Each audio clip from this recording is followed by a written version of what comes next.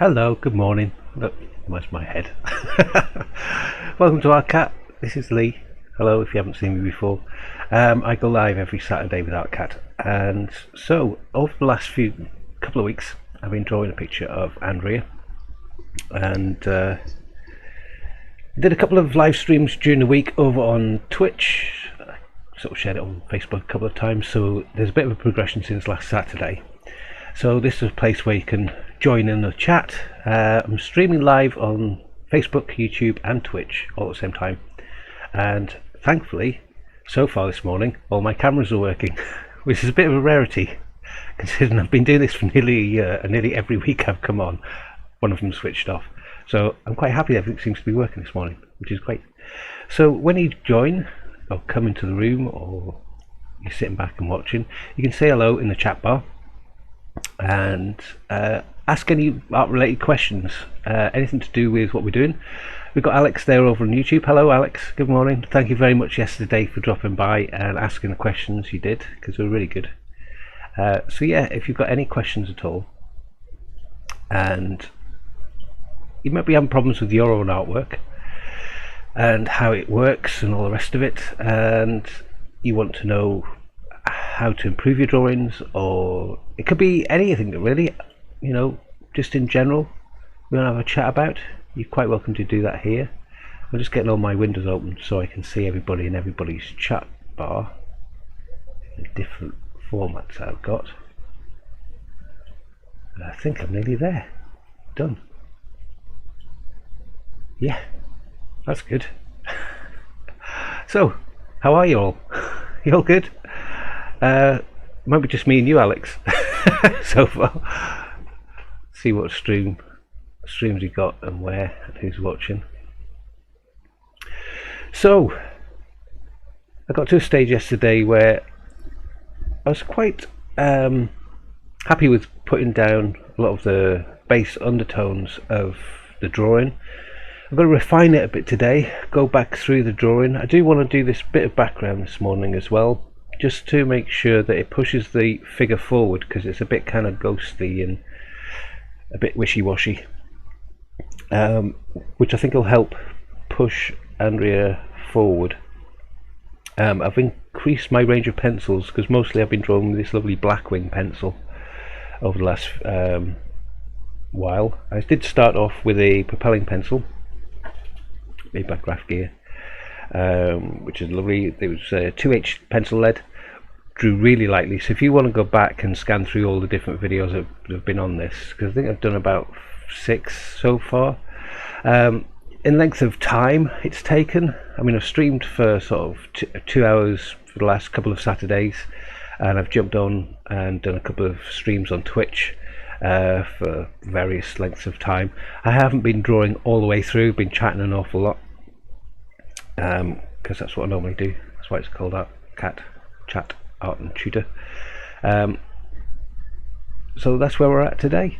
So yeah, so started off with a 2H pencil, drew very lightly and drew very basic shapes in, and then went back in and refined where certain things were to make sure I got all the proportions roughly in the right place. And as I've gone on, I broke all those proportions down into different shapes of things, so shapes of hair, shapes of the jacket. You know, looked for big forms first, and then broke the forms down into other little shapes that were inside, so like the circle of the badge, shapes of shadows. I built those up. So yeah, that's where I'm at, and I've literally gone through and started to tone them in. So it looks like it's there's a lot of detail in there, but really step by step I haven't thought about anything specific. I haven't thought about an eye, a nose, a mouth. I may have looked at certain things. I know certainly from last week you might have seen a difference. Andrea's eye was a little bit over to the right hand side, and in context with the size of her face and her head, it was a little bit too far, so I've just moved it to the right. And all I did was, because I've drawn so lightly all the way through, it's really easy to lift off the rubber. I lift it off with the pencil razor, which I have, which is a mono razor. And I've also got in the post today this by the General Pencil Company, which is, I'm not sponsored by them by the way, I'm just telling you where I get my stuff from. It's called Factus. Now it's similar, but it's a little bit wider. I don't know if you can see the difference between that one and that one. This is a very a fine tip, and this is a little bit fuller and fatter. It does mean I can shape this to do certain things, but I quite like the Christmas with the edge so far, so that might be great for doing some of the longer highlights in the hair and things. Alex, you're over in asking over on YouTube, so you have any idea how many hours you've been working on this so far? I think if I edited down all of the videos that I've done, all the live broadcasts and things, I reckon probably condensed, probably about 5 or 6 hours, something like that. I'm really taking my time with it as well. I'm not kind of ploughing through it. It's very hard to judge sort of the time pulled all together, but I'd say about 5 or 6 hours roughly. I think if you're doing it in a time constraint that you only have a certain amount of time to do it, you're much more focused and you move much more efficiently through a drawing. But the breaks have been really important. Taking that little time away from the drawing, coming back to it, I see something that I need to develop or change a little bit. So that's been really useful, and that's saved me an awful lot of time, believe it or not. So taking a break from your drawing can be handy. You know, we still have that preoccupation about time, and I'll talk about it a little bit today because the Sky Portrait Artist of the Year is on tomorrow at 10 AM live on Sky Facebook page, and it's the TV programme that's on the Sky Arts channel called Portrait Artist of the Year, and they're doing over the next 9 weeks live sittings with a celebrity and a contestant from the show previous, or previous contestant on the show from, I think, from their 7 different episodes that they've done so far, seasons that they've done so far. And yeah, they're going to be drawing, so there'll be a kind of conversation, and the artist will be working on their portrait, and you've got the opportunity to sit and draw along or paint along or whatever medium you want to use, and submit your artwork to the show. And the way you do that is you go into Instagram and you put in the hashtag MyPAOTW, which is my Portrait Artist of the Week, and you post up your picture on Instagram and you put the hashtag there, and they'll get to see it, and they choose their favourite from the week. So you get first, second and third. They'll do that on a Friday, and they highlight it on the Saturday, so they give a shout out to the people that think they've done really well. Oh, thank you. So I think it's really good for 5 or 6 hours. Yeah, oh, that's lovely. He was just saying it's great no matter how many hours. Well, it's still, you know yourself, as you do a drawing and you become very familiar with it, there's always elements in a drawing you want to improve and change and tweak, and sometimes you get to a drawing, it gets towards the end of it and you can't really change anything anymore. The thing is, to all of the elements that you wish to improve, remember them, remember the areas that you need to develop, and take that into your next drawing. So it's not a case of you do one drawing and you forget all the processes you went through. You carry them with you to the next drawing and the next drawing, and that's how you naturally improve. And it's an important element, I think, to always spend time to review back to where you were. I mean, if you look back to the drawings that you were doing 2 years ago to the drawings that you may be doing now, you can see an improvement, and there'll be a stark contrast if you look from 2 years ago to now, just how much you've improved. You might not be able to see that improvement in one drawing, but over several drawings you'll get to see the progression. And if you're constantly having the same issues, the same problems in your drawing, tell me what they are. We can talk about them here and we can try and fix them. A lot of it is developing your practice and becoming more relaxed with your drawing. There's a lot of frustration that builds when you're learning, and people throw the pencils up in the air and go, I can't do this, I can't draw, and because they're annoyed that they haven't progressed faster, you know. But with art, it's a little bit different. There's a process that you kind of go through, which is training your eye, and you're training your eye, and then you can see all the things that are not quite right, but your level of training and your techniques haven't changed. So if you're not changing how you're actually putting the graphite paint or whatever it is down on the canvas or paper, if you're not changing that process and you're still repeating the same mistakes, that's where a lot of frustration comes. And some of it is not knowing how to change it or what to change. So I'm looking at things like how I draw lightly to begin with and slowly develop the forms and the shapes. So I'm taking it through a very kind of slow step-by-step process until I get to a result that I'm kind of happy with, and then I move on to the next drawing. But every time I draw, I pick up something new. Something I'm going to look at today on this is this kind of background area, because I think that'll really help push it forward. Often when we're drawing, everything seems to appear very flat, and everybody wants to rush to the rendering or the tonal aspects of the drawing without really looking at where everything is, understanding what it is you're looking at. So how the hair is moving in and out and across the body and over the top of the head, and how light is affecting it in different places. And I'm kind of breaking it down area by area. So what I initially did was Andrea's face to a certain stage, moved down into the jacket. I've got music playing in the background which might be a bit loud. I don't know if you guys can hear that or not, but I will turn that down a little bit. There we go. So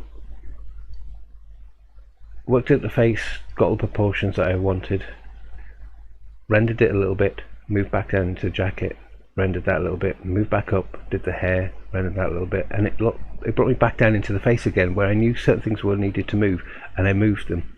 So things like the eye I moved across, and I slowly built up the tones. And from there it was telling me that if this is darker, this needs to be a lot darker, so go back over this bit, and then that meant this bit would be darker, so go back over that bit. And it's a bit of a process. Hi Michael, you're over on YouTube. Hello, good to see you. So literally it's taken me on a step-by-step process, and it kind of follows around.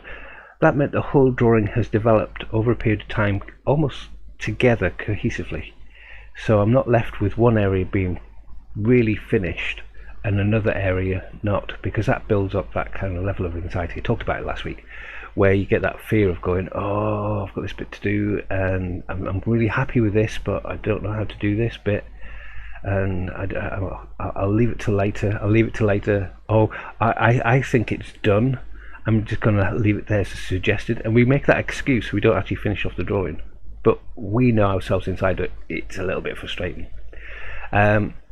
Alex, you're saying for you, you don't seem to be able to put down accurate lines and get the likeness.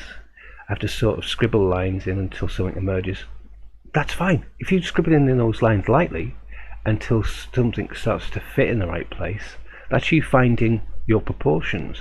I do it, I just kind of put it through my own little filter in my head, where I don't try and draw Andrea.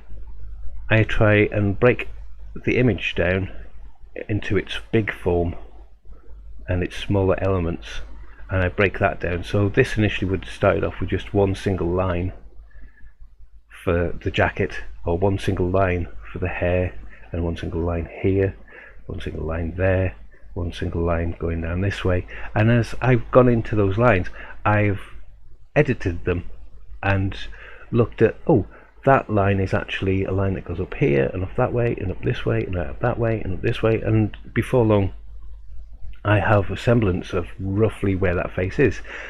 And as I've developed that, break it down. So what you would say your scribbly lines are my just gestural lines to begin with. You know, getting the attitude of her head is down this way, and this is a circle, and this is a round, and that's an angle line coming down this way. Remember I talked about this bit down here being a triangle before. Break it down to big shapes. So I'm not getting too focused and too concerned over the minutiae of detail and getting sucked into it. I'm kind of holding myself back, a bit like a racehorse. Kind of hold myself back. I want to do it, but I'm holding myself back until I understand where things are, and then I can say, alright, I'm happy with where everything is. I now need to refine this a little bit. And as you go into the minutiae of things, it's the same process. You know, I'm looking at this shape and that shape and the negative shape, this sort of triangle, that triangle there. I looked at that abstract shape here that negative space in between things gave me the choker around her neck and the collar of her jacket. That space, this V shape, you know, all of these elements start to build into your picture, and if you make that kind of your process, you're not so concerned about drawing the things, and the likeness will develop, because if you're looking at spaces for how far this V is, the point of this V is away from the chin in relationship to your reference, and that's the key thing. Keep checking your reference. Even if you're drawing from life, keep checking your reference against your drawing. Does it need to move? Does it need to be longer? Does it need to be shorter? And if you're building up those references in your drawing, the likeness will start to appear, because you're editing down. So it's large marks and large forms first, edit them down in what is inside those large forms, edit it down, how dark do certain areas need to be, how light are other areas, and build up that process. That's why I've taken it stage by stage. I've just lightly built up the drawing. Yesterday I was working on the polka dots and just placements of where these dots were, and I was moving them around as I was doing it, because where I was happy with that circle and this one, and moving it down to this one and that one, I realised, oh, I haven't got enough space to fit all these in. Maybe this circle's too big. I made it a little bit smaller and looked at the spaces around it and slowly built that up. And I was looking at tones and things as well, about how dark this dress is, and in the reference picture you can see, I'll move that back out so I can see it as well. When it comes down to this bottom corner here, this area is way darker than this dress, because this dress is just catching the light. So this dark here is a little bit lighter than this dark, and they're really, really dark. And I'm only drawing with a B pencil, this Blackwood one. So I said yesterday that I've now got the shapes and things in the right place. I can now go back in and render these places slightly darker. So I'm using this is a 2B Caran d'Ache pencil, and I've sharpened that up as well. And what else have we got there? I've actually got a 9B, which is really, really tiny, because I've used it a lot. It's only about this big, but using these pencil standers is really good, because it gives me the length of the pencil again. So it means I can still use it and still draw with it. But this is 9B, and I've sharpened the point as well, just so I've got control over small details. But it also means if I've got a large area, I can use a larger part of the pencil. And a good tip about this is you can lay 9B pencil down to get a really, really dark area, but then to control the edges of it, to make a sharp, very, very sharp dark edge, because the graphite is very, very soft at this point. It's very sort of fluffy, so when it comes out onto the paper, it's very hard to control a crisp edge, is to go back over it with a hard pencil. So using something like a propellant pencil with a 9B pencil, basically what you're doing is you're moving the 9B graphite around with the tip of a pencil that is sharp and crisp. Now it's not about pressing down hard, it's about controlling the line. So it's about moving that graphite around. So the 9B graphite that's already on the paper, I can control the edge of it by moving it around. And I'm just lightly putting that across the surface, because I don't want to introduce any pencil marks. Often when we're starting off, there's like a hurriedness to fill something in really dark and heavy, so we'll press really dark because we think we've got to press hard to get something dark. You don't. Use your pencils, let the tools do the job for you. Draw lightly all the way through, because as it sits on the surface you can still move it around a little bit. You've got that flexibility to curate and create the forms that you want to. So hopefully that helps. So yeah, the other thing I was going to say is, Michael, I saw your post today on Facebook. I won't talk about it in public, but yeah, it was a little accident you had with a pair of what is it? What do they call them for the hair? What do they call them? Clippers. Yeah. Funny. But yeah, everybody else will be very intrigued about what we're talking about, but yeah, I did laugh. I'm sorry to say I did laugh. It'll grow back, don't worry. So when I was looking through this morning, this area is starting to bug me a little bit because we've kind of built up this area so much that this area is starting to look a bit wishy-washy, and in comparison with the background on the reference picture, you can see how dark it is, and it just adds some context. So what I'm going to do, I'm actually going to use this 9B pencil because I've got some good shapes there already. I'm just going to lay it lightly over the edge of this. I'm going to take it right into the drawing, and there's a reason for that. It is when I bring out the highlight, I can rub off these areas, but it means that this comes right up and including the image. As I rub over the top of it, that highlighted area will appear way forward, and it doesn't mean to say I've gone right up to the edge, but I've left a little bit here, because this often becomes like a little halo effect that will start to appear going right around the drawing, because we've not gone right up to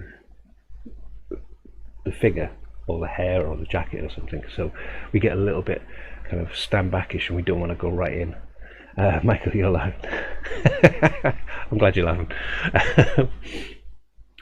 And so yeah, all I'm doing is just again lightly taking this horizon line and slowly building up. I'm happy with the position of where it was, but I know that this bit is a lot darker. It's one of the darkest. There's some elements down here in the foreground, some really dark tufty bits, but they're all kind of muted a little bit. So I'm laying this graphite down in a controlled line, and it's picking up some texture of the paper, which is quite nice, but it's more solid than that.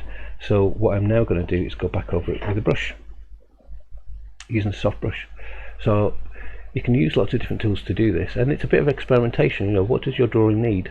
And I kind of always try to describe my surface that I'm looking at, what the qualities of the surface is like. So this is kind of a dark, soft, fluffy, solid line. So I need a dark, soft, fluffy kind of finish, and the way I'm going to do that is by putting down this 9B and using the brush to push that graphite into the surface nice and evenly. Let's see, I'm going to bring that right across, and it may take several layers. As soon as you put graphite down and you put a brush over the top of it, the graphite appears lighter, but all it's doing is it's lifting the graphite and moving it around, and it's pushing it into all those little areas of the surface of the paper, because it's quite, every paper's got some sort of undulation to it, how it's been made. So I'm building up a depth of that, but you can see already that line is starting to appear darker, and it's not by pushing hard on the pencil. What I might actually do is go back over that with the B,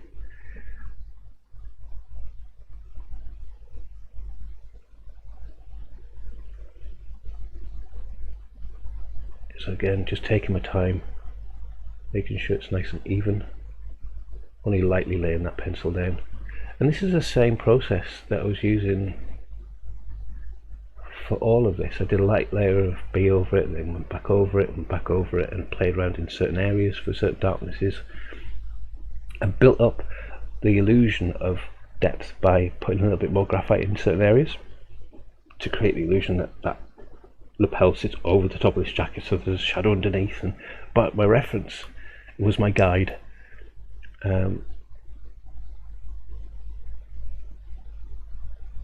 So just lightly filling this in again. So this is where that patience starts to build. If you make this a part of your process and you kind of in, this is an enjoyable part because it's fine-tuning an area and not, oh my god, I've got to do this bit again. If you find yourself getting frustrated like that, take a break, or go and draw another drawing and then come back to it. Each time you come back to it, you'll see areas that are working really well, areas that need development, so it just is it's a guide that way. But yeah, it's just about controlling that level of frustration that can build up sometimes. I get it as well. I was chatting about the Sky Portrait Artist of the Year over on Facebook, It's going to be on their Sky TV page, and you've got the person sitting there for 4 hours, and you can take a screenshot and work from that. You don't necessarily have to do it in 4 hours. You can take a screenshot and work on it for the rest of the week and upload it on Saturday. But when I've been doing it, I've been trying to concentrate to do it within that sort of time limit, because the competition itself has a time limit of 4 hours. So you only have 4 hours to produce a portrait. So you kind of sometimes have to edit down what it is you're going to say and do. You know, you wouldn't have this level of time on the competition to actually fine-tune things. So you'd need to be more. You have to kind of like edit your process down. You can't go into the minutiae of so much stuff and really curate it. You've kind of got to give an edited version of what you do,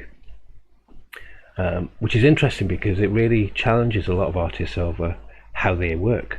But what's impressive is always at the end of the show, if you go over on Facebook at the end of the show, you'll see already people have uploaded their finished works, and some of them are amazing. And I always think it's a great way of finding out new artists, because you end up following them and seeing their process. And you know, some of them do. There's the whole mix of people, from professionals to kids to semi-professionals to hobbyists to people who just do it for pleasure now and again, all having a go. And it's interesting to see some people class themselves as hobbyists who are really good artists, and it's interesting to see that some of them, you know, are at exhibit different places, got little websites going.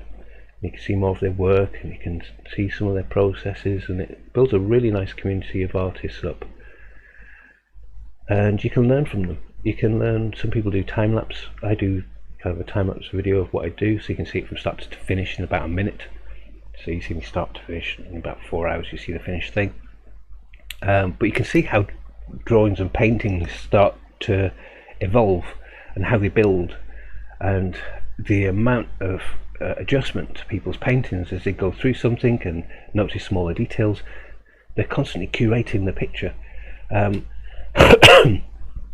it's interesting that the conversation sometimes dictates the picture. You know, you don't have to slavishly stick to the image of the person. You can add elements from the conversation that they've had. So you know, you can add elements into their background. You know, people have lifted their dogs up halfway through in the conversation because they're coming through the door, and suddenly the dog becomes a part of their portrait. You know, the dog wasn't there all the time, but it may be just part of the conversation that it's captured the imagination of the artist, and they've gone, yeah, that will really work. I really like that bit when he came in with the dog, and they smiled a lot more, or they were having a bit of fun, and it engages with people. So it's whatever you feel from the sitter. What do you get? What is it that you want to try and say about them? Some people are more serious about certain aspects and parts of their conversation. Some people capture that. Some people capture the just exuberance of somebody. So they capture them in a certain pose. You know, it's not about a straight-on passport photograph. And what's interesting, as it's developed as a program, Alex, you're asking over on YouTube, what do you think the drawing would look like if kept within the POT 4 hours? What would be missing? I think I would approach it differently. I would be much more concentrated on what I was doing, because we're doing it this way, and there's screens and there's cameras, and think about sound and make sure the cameras are all working, which I hope they are. I'm just going to move my hand around backwards and forth. Yes, it is. I would be curating my space a little bit better.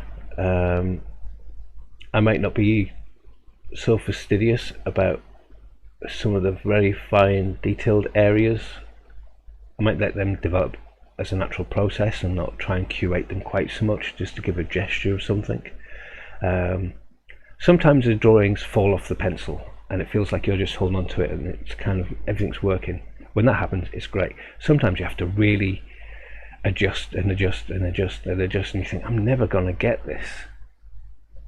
At that point, I actually take a break. Even within those 4 hours, just take a break and grab a coffee and think, okay, what's not working about this? And I look at it analytically and I stop myself from panicking. That's the issue. When I did the show, I was trying to figure out what went wrong on the day, and it's a case of I wasn't analysing my drawing in comparison with my sitter. I was going through the processes of this goes here, that goes there, and not standing back and seeing it as a whole. And that little bit of reflection on your artwork is a part of your art process, to adjust, to see what needs to be moved, to see what needs to be darker or lighter, what type of texture something is, so break it down, and to be a little bit more the clarity of thought is much more precise and focused. So I've done some drawings on there which have had lovely qualities and detail, but when you look at them up close, the rendering of them hasn't been as solid because I've not had that time to curate that space. So I wouldn't say it's anything that's physically missing. It's not like I'll go, oh, I'll ignore all the polka dots on a dress. It's more of a case that the fine tuning of maybe the edges of each individual polka dot might not have as much refinement to them. So it's a level of refinement, I think, rather than anything I would miss out. So in case we go, oh, forget about that hair clip. I'll just put hair in, because if you're trying to invent stuff or you miss stuff out, often those little things can help you position other elements in the picture. So if you miss them out and you try and make them up, if I try to draw the hair that I can't see underneath her hair clip, I'm kind of guessing where stuff is. Can be fun, can be a challenge, but I don't want that fun and challenge in the middle of doing something within 4 hours. Hope that kind of makes sense. So yeah, I would approach it slightly differently. Be a little bit more clear, be really well set up, have everything laid out in front of me, so I'm not ferreting around for 2B pencil in my box if I'm using pencil. Tomorrow I'm going to work with charcoal. It's only purely because I haven't got any canvases. I was really looking forward to painting. I'm actually going to go back to a painting that I was doing a couple of weeks ago for the next Art Carton broadcast to do on Twitch and Facebook and things, just so you can see how the approach of different mediums are. It's a different curation of the materials, but the process is still the same for me, and some parts of the painting are totally imaginative.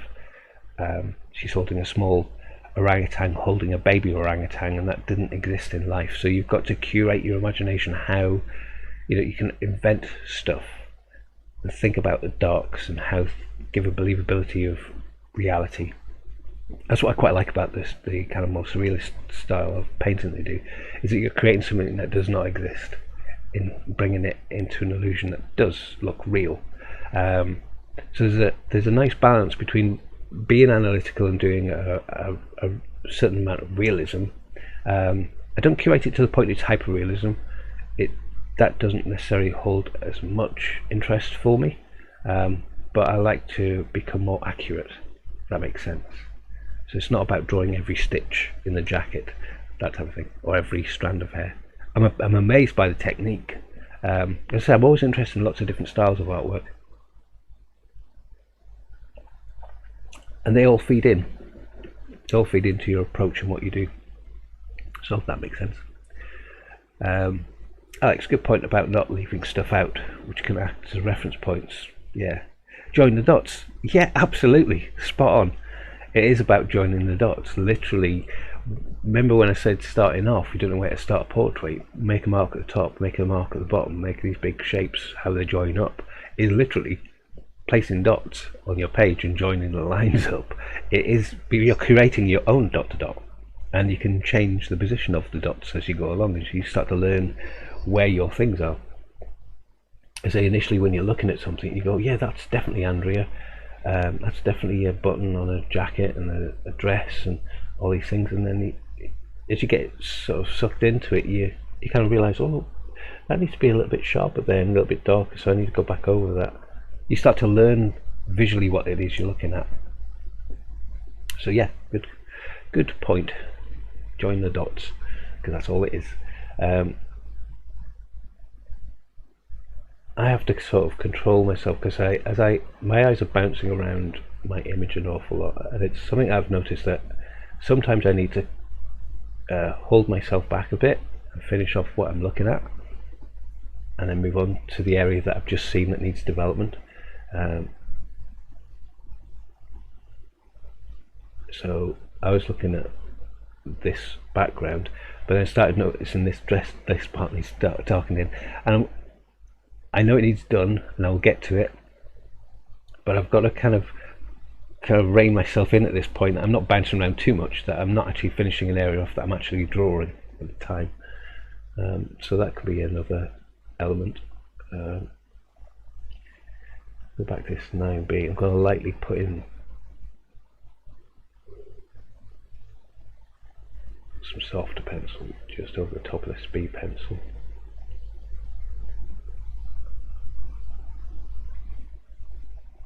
And even in these shapes, it's not just one solid shape. There are little nuanced areas which are darker than others. And you can curate that, you can decide, is that relevant to you? Is that something you like to do? Is that going to help the picture? Do you like it? Do you not like it? That's you as an artist curating your picture. But you have to do it honestly. You're not kind of not doing it because you don't think your technical skills are up to it. It's a case of if your technical skills are not up to doing something and you don't quite know how to do it, stop, go and try and find out the answer, practice it, experiment, get your technique up to a level, and then go back to your drawing. You can have several drawings at different stages and curate them and pull them together. Ethan's over on Twitch. It's my son. Hello, son. How are you doing? So yeah, Alex, you're asking off on YouTube. So do you think not doing hyperrealism because it exceeds your natural patience? It's not necessarily by patience, it's just the visual imagery. Oh, I've got love from India as well on YouTube from Prajal. Thank you. It's always nice to get lots of people around. That's what I love about this. You get people from all over different countries. So Alex, yeah, it's not about not doing hyperrealism because it pushes my patience. I just find everything is in so much focus in hyperrealism that your eye doesn't look like that naturally. As we look at something, we'll kind of focus in on something, and that'll be a focus, and everything else is just slightly softer. So, like for example, this background. If it was a hyperrealist, they would have photographs of this background here in a higher resolution image, and they would be really detailed about every little nuanced bit, and everything would be perfect. But visually, when you look at it, I don't want that much detail in the background because I want that to become secondary to the image. I don't need to know every single strand of hair for me, because that's not what I look at when I look at an image like this. I want it to have a suggestion of its texture, but I don't need to draw every little hair strand. I'm amazed at the technique, so I'm not dogging hyperrealism. And there are good hyperrealists. They do it with so much curation that it has almost like a surrealism to it because it's so lifelike looking. So yeah, so it's not necessarily it goes past my patience, because I can spend ages doing a picture, but I'm not looking for the qualities of hyperrealism. I want a realism to it, that I can identify that this is the person that I am drawing, and this is a dress, and that's a jacket, and that's a badge, and that's hair. That's what I'm looking for. Ethan's got a bunch of art books. You're going to be kept busy over on Twitch. Good. What type of art books have you got? I mean, this is lovely for me because with Ethan being away over in Holland. He's studying over there. Obviously we haven't been able to get together for Christmas because of COVID, so I'm quite grateful for modern technology, even though it breaks down sometimes and it can feel very frustrating. If it wasn't for that, we wouldn't be able to chat like this. Digali, good to see you over on Twitch. It's uncanny seeing the thumbnail of streams in which he rapidly changes. Looks fantastic. Thank you very much. This is something I was kind of suggesting people do, that to look at this, people go, oh wow, that looks amazing. But if you look back over the other videos, not necessarily to watch them for the sort of 2 hours or 4 hours that I was streaming, but to zip past them, kind of jump into them at different points, you can see how things have moved around, how from the initial light sketch about placement, about where everything was, and even down to cleaning up the space of the picture. And I'll do that again because you can sort of see down here it's got a bit fluffy. Every stage has added or built to it, and once people often say, like, how do you know when you're finished? Once I'm not adding anything to it, and I'm standing back and I haven't got a clue where to go with my pencil, I stop, put pencil down, turn over the page, get on to the next artwork. Sometimes let your picture dictate when you stop rather than you overworking it. If you're just fiddling around with something that you don't really need to fiddle around with, put your pencil down, have a coffee, sit back and look at it, and try and decide what works for you, what doesn't. For some reason my printer switched itself on. Ethan over on Twitch, one on drawing and sketching objects and environments, one on drawing techniques with ballpoint pens, graphite pencils and digital techniques for storytelling, one on colour and light, and finally a book on manga in theory and practice. Oh class, you are going to be busy. Plus one on the way about rendering and materials. Yeah, I'm going to raid your library because they sound interesting. Interesting about the ballpoint pens. I've seen a lot of people kind of just use a very simple medium that everybody's kind of used to having, which is a ballpoint pen, and how effectively people use it, and have several pens on the go that are almost running out but give them a beautifully light application of ink that they can't get from a new ballpoint pen. So having old and new ballpoint pens on the rip in your artwork. But again, it's just about learning what your medium can do for you and how you can manipulate it. I'm just using this brush just to darken this down a little bit. It's got slightly lighter in this kind of area. I'm just using that brush just to lift a little bit of graphite off, just to not make it as dark as the area just above it. I think it needs to be a little bit... What is wrong with my printer? I don't know if you can hear that squeaking away in the background. Yeah, the guy's saying over on Twitch there's a library underway for sure. Yeah. And Ethan's saying, yeah, he's got some super nice practice techniques to help making straight lines and perspective practice. Yeah, often people get very nervous about drawing a straight line, and they try and do it with that tripod grip, and as they move the hand down, the hand kind of wiggles around, almost drawing stand back and moving your hand up and down. It gives you a straighter line. And using a guide, like I've got my trusty walking stick, but I use it as a mouse stick. I hook it over the top of the drawing board and I use it as a guide, so I can literally have it there in a straight line, hook my hand onto it and slide my hand up and down, and I can create a straight line that way as well. If you're working digitally, you know, maybe you have the edge of the the iPad or the drawing tablet you're working from, you can use the side of it as a guide, put your hand on it with a little finger, put your pencil on the paper or on the screen and slide your hand up and down. Keep your hand straight and don't move your pencil and you'll get a straight line. Little tip. Oh, Heather Parker, hello, good to see you. You're over on Facebook. A beautiful subject. Yes, she is. I agree. If anybody doesn't know, Andrew is my partner, and I'm a very lucky man.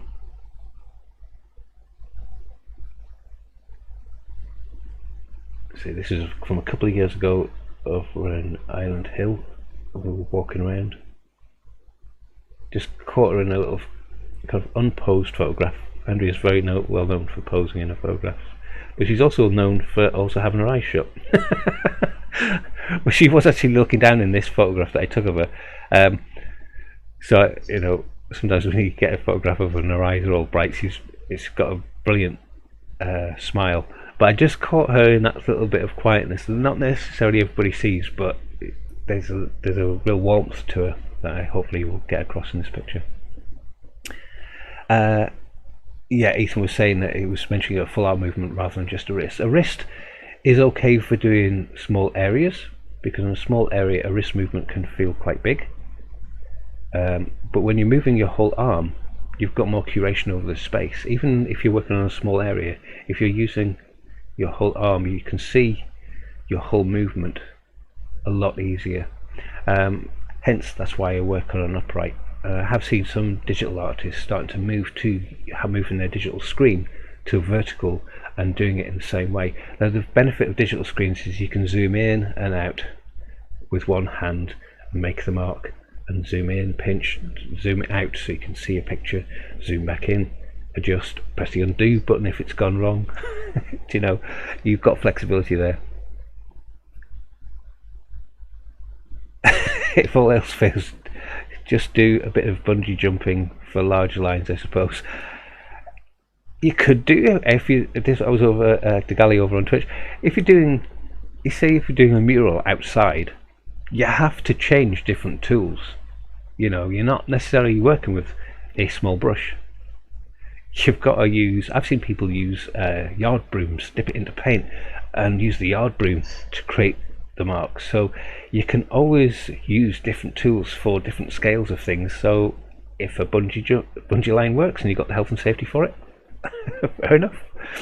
Might be interesting. Angela, hello. You're over there on YouTube. Good to see you. How are you doing?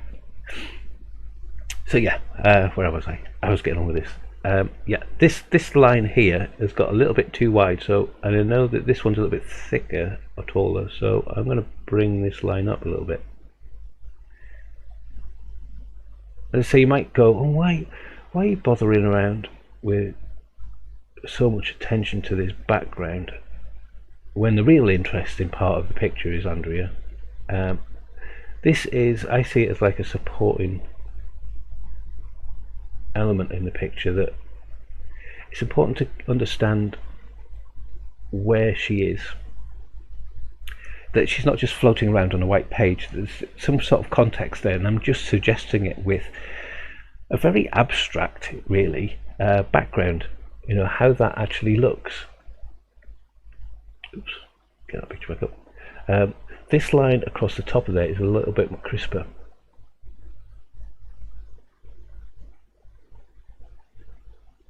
As I've ghosted that line in already, I'm just following it by adding a little bit more extra graphite. Still drawing lightly, hardly pressing on this pencil at all. You can see how just narrowing that line and widening this bit out adds a bit of depth to it already.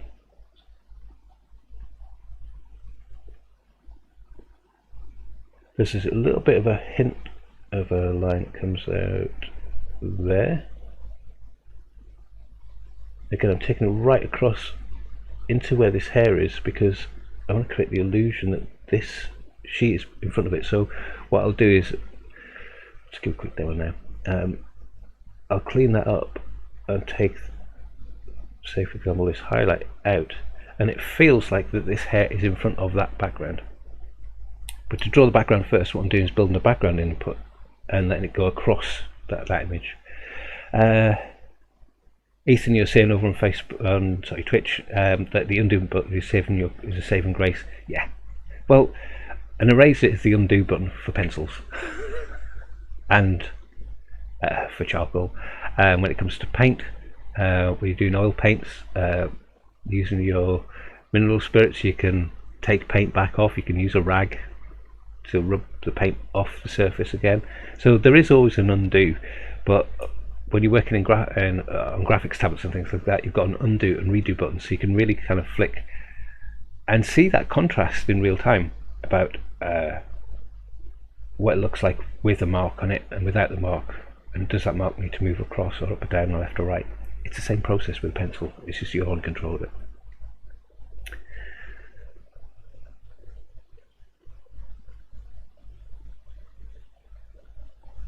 So again, just a crispness of that edge. It's not sharp, but it's a lot more defined. So that's what I'm kind of concentrating on, is the edges. That's something I'll be doing throughout this picture now, is going back through and redefining certain edges, looking for what's crisp, looking for what's soft. You know, if it's crisp, work the pencil till it has that clarity to it.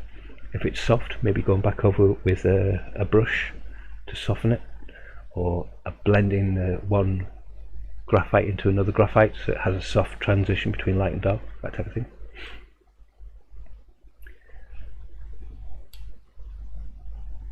Yeah, you can say on Twitch, yeah, it's the same process, it's just a lot easier. Plus there's hotkeys for flipping the canvas, which helps a lot. But yeah, it's very, sometimes it's really good to turn your picture upside down and look at it out of context, which is a bit of a faff sometimes when you've got everything so taped up. The other option is taking a photograph of it and flipping the photograph upside down. But if you're saying on digital art, you just hit one key and it does it for you, which is a lot easier. So yeah, I'm happier with that. I think I can make it a little bit more dense though in this area, so I'm gonna slowly go over that with the brush just to build up some solidity in that area. I think this has a bit of tone to it, so I'm using the graphite that's actually on the brush and just going over that whole surface. So this is actually painting with graphite, which throws people into a quandary because there's no water involved. So is it painting or drawing? I tend not to matter too much or get too absorbed into those kind of conversations, because at the end of the day it doesn't really matter, it's just a name for it. I would say this is drawing even though I'm using a paintbrush. It's traditionally a painting medium. Graphite's quite fluid, so you know, whatever. You spend 4 hours having a debate on it and it doesn't really matter at the end of it. So you know, work out what best suits you, I think. So there is again a crispness to this.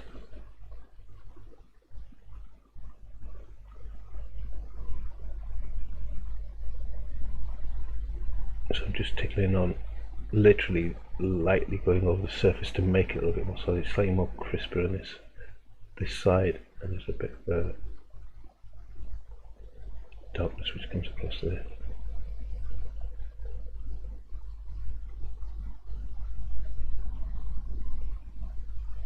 And it might not seem like it's that relevant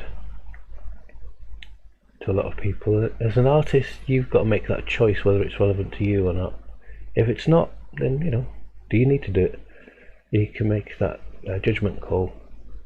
And it is preference at the end of the day. This is where you as an artist start to develop your own slant on things, and out of that, you know, you might develop your own style, but developing styles is not necessarily the key focus when you're starting out. That will develop naturally out how you curate and use your tools, and how you visually start to see what's relevant to you and not relevant to you. That will develop your style. If you try and look for tricks, you know, or certain tropes in doing artwork, thinking that's a style, it isn't. It's a bit of a cul-de-sac. Even though some people might go, oh, this is amazing, and you'll get a lot of credit for it, if it's just a process that you do to absolutely everything, there'll come a day when you'll get bored of it. There'll come a day where that won't answer your artistic search, you know, what you want to do to push your art practice forward. And if you're kind of put in this cul-de-sac of this is the way you only do stuff because you haven't allowed yourself to experiment in lots of different areas and build up a bank of techniques and playfulness of how you can manipulate different areas and subject matters, your experience becomes very focused and narrow. Now, it's not to say that's necessarily bad. I just think it's a bit limiting when you're starting out, so try not to do that straight away. Let that naturally work like a funnel where you throw in loads of different approaches and techniques, and then artistically you're making choices as you go along. But because you've had that funnel and you've got that experience of that knowledge, you can dip back into it at any point throughout your artistic life and pull different elements out and reintroduce them back into your process. So if you just go, oh no, this is the way I only do things, you're missing out on an awful lot of stuff that can really help you. Yeah, so to try and keep your eyes and ears open and build your knowledge bank.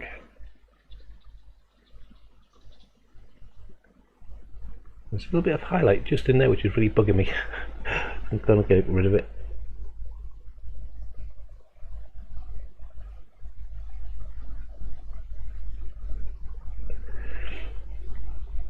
There's a little bit of suggested darkness just coming through there. This is a little bit darker, so I'm going to go over there lightly.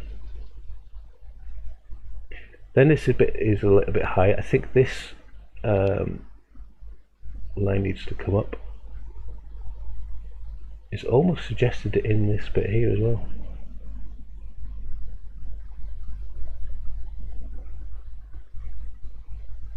So I'm going straight across there. What I noticed about this bit, this has got a little bit of suggested, it's not as crisp and as sharp as the rest one. It's got a little bit of undulation to it because it's closest to us, so we can start to see some detail. Remembering where this is, well, I know where this is, but when I look at it, I can see this is roughly Grey Abbey, a place where we live. Then we've got the water, then there's a little bar of land, and then there's more water that comes in, and then this is the shoreline of Island Hill that we were walking on. So this is closest to us, so it's got a little bit more definition to it, and you start to see some semblance of detail. Now I say semblance of detail, it just means that it's got a bit more movement to it as a dark line because it's closest to us. This is a bit fluffier.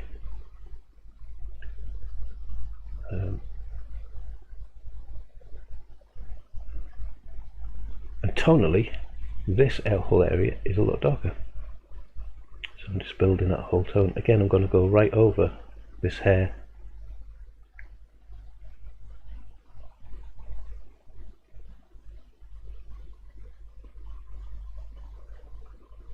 And I'm using the edge of that B pencil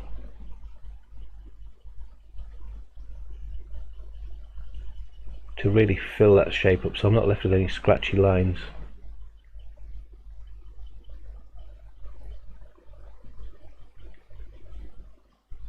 It's quite a light application, so where I've gone over my edge, I'm not worried about it being there at the end, because I can clean it up with the rubber, with a large square rubber, just cleaning off that surface to make it nice and crisp and finished. So going back over that again.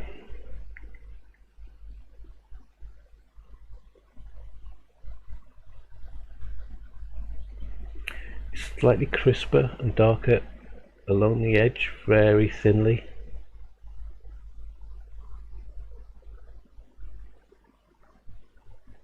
And as it comes down, it's much more solid. And I'm starting to see the banding of it, so oops. There's little nuanced areas of tufts of grass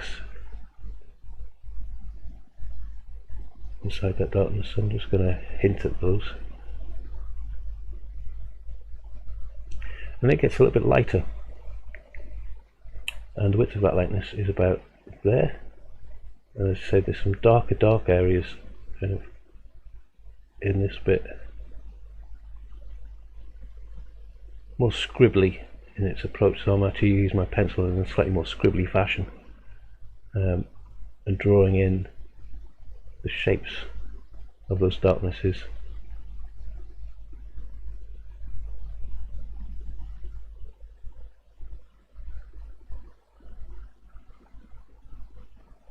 And then banding the rest of it. Just as there might be another one, scribbly one just about here. And when I say scribbly, I'm not using the tip to scribble into the paper, using the edge of the pencil still, just to build that shape. And see how that flows into this bit here. Slightly wider on this side. It's not so horizontal, it seems to kind of dip down a little bit. So I'm noticing the image and trying to break that down and look at it abstractly. What does that shape tell me? What does it look like? What type of qualities is it?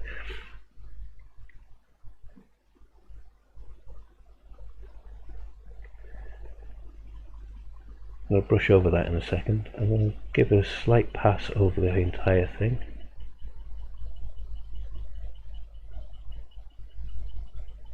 Again, this needs to be a little bit more solid, a bit kind of wishy-washy at the minute.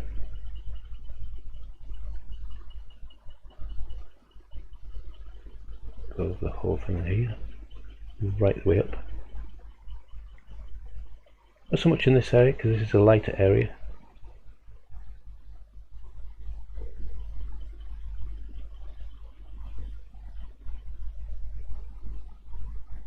A little bit more fluffy, gradually coming in. There's some dark little nuanced areas which is a little bit darker, and kind of a splodginess to the graphite that I'm putting down.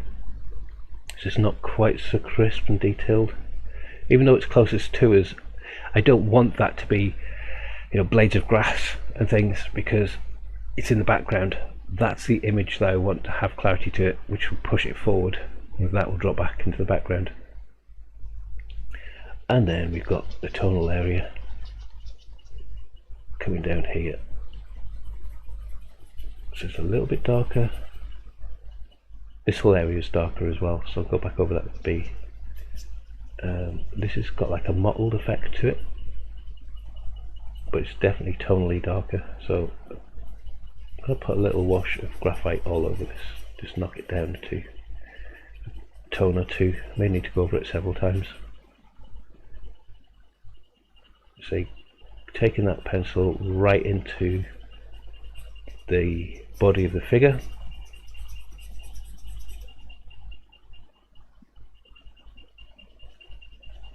All I'm concentrating on here is the graphite on the page, and letting my hand slowly move down, just letting the gravity take hold of it.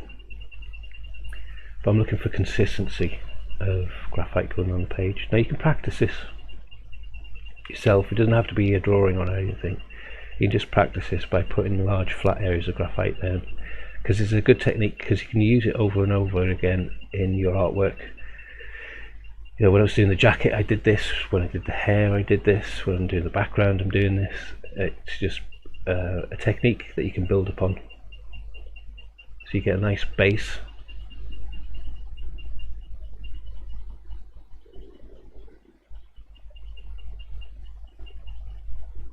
There we go. So it's quite even of graphite, and then I might use a brush just to soften it all. I'm going to use my mop brush for this bit and go over it and make it kind of solid. Now as I do this, I'm going to lose some of the detail that I've got in this arm, but I can bring it back. I know I can kind of see where it is. I'm going to go right into all of that. It helps to push some of that graphite into the surface of the paper, but it kind of solidifies all the graphite that you've got down to make it feel a little bit more solid. Some areas I'm going to need to definitely go back over again, because there's a slight graininess to this. Some parts is quite nice, I can leave it in for texture. Some areas I might actually use the rubber. So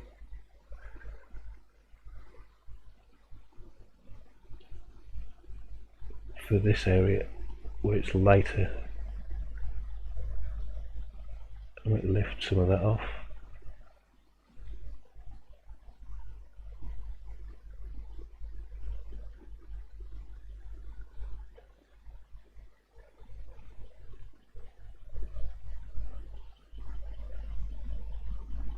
You can see what I'm doing. I'm using the direction of my tools, like the graphite and the rubber, to go in the direction of the object that I'm drawing. I'm not scribbling up and down. These are horizontal lines, so I'm using my pencil or rubber in a horizontal fashion to build up the textures. If I start to do things like that, I might add a bit of texture in there, and it visually will look like it's going up and down against something which is layered and flat. So I'm just thinking about the direction and the tools that I'm using to build up the qualities I want in the picture. So yeah, you've all gone quiet. You keep talking. You see, keep asking some really good questions today. Really like that. I'm going to bring this highlight as well through this hair, because this hair is so thin. Some of these elements of hair go over the top of what you can physically see.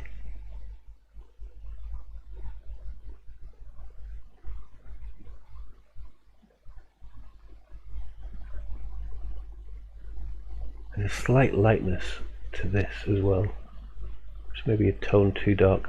So I am literally just gauging it against my reference picture and going, is that as dark as that, or does this need to be a little bit lighter?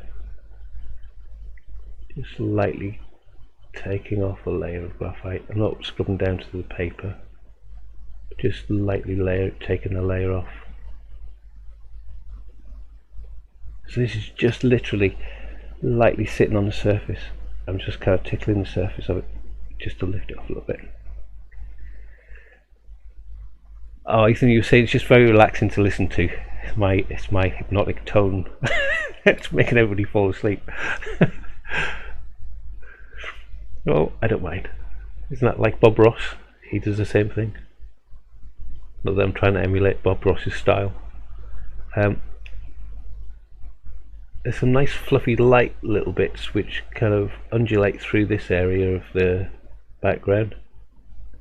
So I'm just using my eraser in a very light, fluffy manner.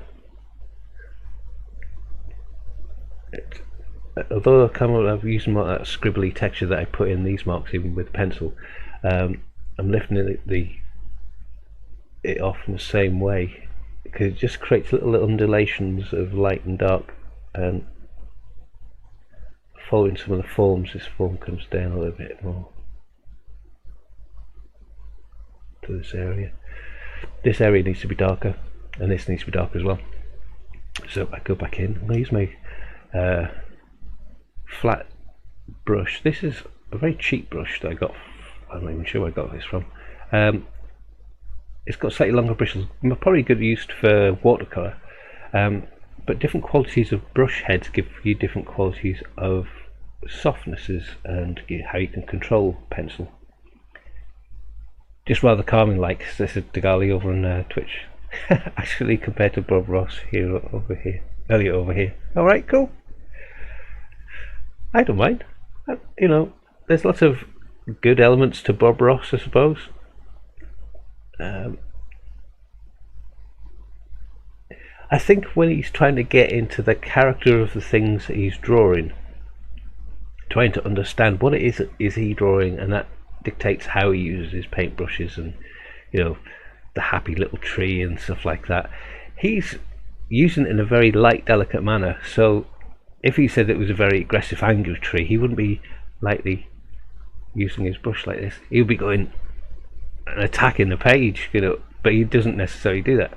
Everything's happy, and it's a formula of painting and drawing which has got merit to it. But all I'm doing here is approaching my subject matter and trying to understand what the quality of the marks are that make it up.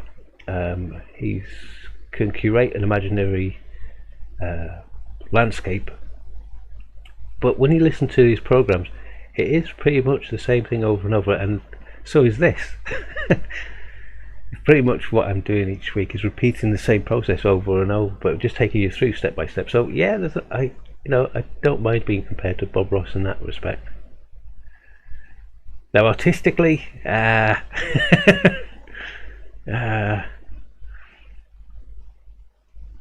down to preference as well. Some things I like about him, some things I don't. I'm amazed that he is so popular over on Twitch. We were talking about the live stream that somebody put up and just rolled 24/7. I think did a marathon weekend of Bob Ross and just had loads of programs of Bob Ross being repeated on Twitch. So I'm not sure if it's Bob Ross's company himself doing that, because I don't know how you get away with the copyright.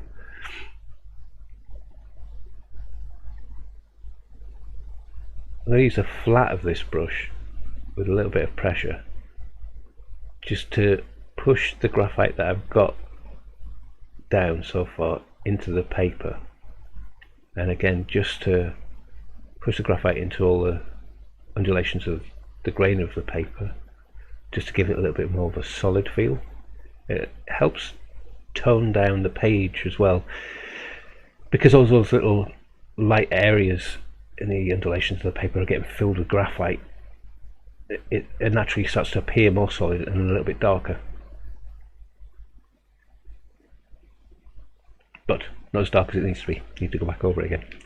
So I am going to be brave and use, where's my 2B? Put some of these pencils down. I'm going to use my 2B pencil. This is a Faber-Castell. You see, I'm a bit of a pencil whore, if I can say that. I don't stick to one brand to do everything, and I'm not brand loyal. I'm quality loyal, as certain qualities of pencils do certain things. There is a lovely softness and fluidity to Blackwing and Caran d'Ache. This is an aquarelle. This is actually water soluble pencil, but it's got a lovely flow to it as well, but it just holds its shape a little bit better, which would be nice to do this as a layered effect. I'm not adding any water to it. Ethan, you're laughing at my being a pencil whore. Good. Here now, certainly not Bob then, no. I'm not Bob Ross, that's over on Twitch. Alex, you're saying, can you suggest, this is a good question, can you suggest a style technique for people with no patience? I want to get a likeness quickly, but seem unable to control my patience. I would say, as a practice, as a, not think about drawing finished pictures, but as a practice, as a way of building up your experience and training your eye, don't draw necessarily people's details. Draw positions. Get used to drawing, and don't say get a camera. No, it's not about getting a camera. Look for the big shapes in things. If you have a look at impressionistic drawing, what they will do is, don't take your pencil off the page. This is another tip. Sit in with a magazine, turn over a page, look at somebody, have a piece of paper beside it, and just draw the gestures of where a head is, arm is, body is, things like that. Turn over the page, draw the next one. Don't spend more than 2 minutes drawing figures, and spend an hour doing that.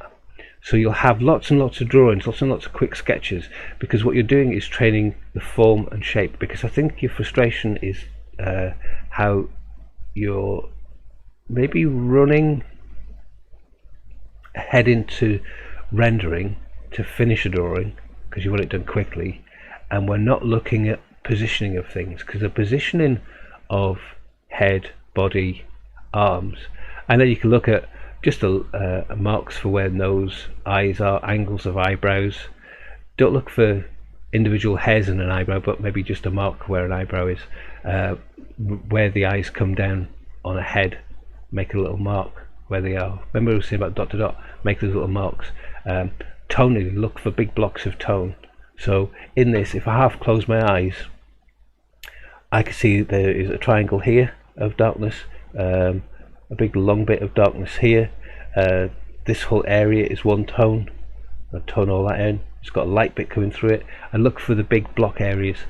Start to get those done, and once you start seeing that you're getting the accuracy recording of those well, you can refine it even further. You can spend a little bit more time, but this is just an exercise, not to say that you can't spend time doing all of your drawings.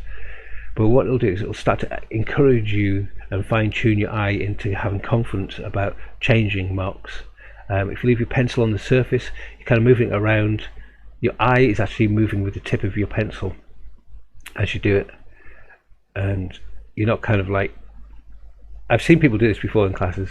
They're drawing something, they look at their reference and their hand is still drawing on the page, and then they turn around, it's not there, it's here, I've done it wrong, I've got to rub it out. It's because they're not looking at what they're doing and not seeing it in reference to their reference material or the image that's in front of them. Or if they're making, oops, that's another picture.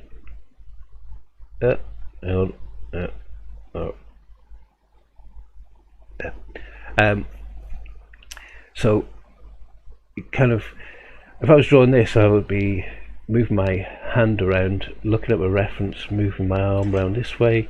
It feels quick to draw it like that,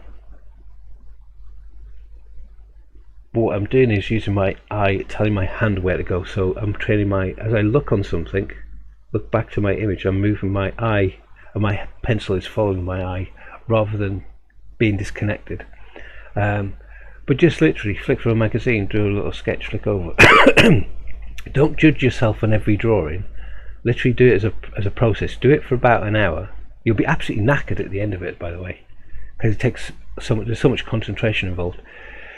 Do it for about an hour, and then flick back through your pictures and flick back through the magazine, and turn over and see how you're on some drawings being quite accurate, and there'll be the drawings you hadn't really thought about too much. It's much more of an immediate thing where you're training your eye to follow your pencil and your pencil to follow your eye that way. So hair goes down that way, hair goes down that way, jacket comes out that way, that's a triangle, and you see objects and shapes for what they are. Also, you become a little bit more fine-tuned into positioning things naturally, where you're not measuring details. You know, look at all of that's from there. You're training your eye to see the spaces in between things. So this space is that far away from this armpit. See what I mean? But give it a go. Try it a few times and play around with it. But I see part of it might be that you kind of you're worrying about it a little bit too much, and the hesitant nature of oh, is this going to be right? I don't know where this line is. I don't know where. Try to breathe a little bit, get through that, and just see it as it goes from there to there. Little mark, line. Join the dots. It can actually be that simple to get the basic shapes of things down, then look at the basic tones of things, then refine that basic tone. You know, this triangle now has a circle in it. Whereabouts does that circle come? You know, it has a bit of a darker area here. Well, where is it? It's about there, and it goes to there. Okay, I'll let you darken that area in. So you build up your rendering as a process. Excuse me. Just take a coffee slurp.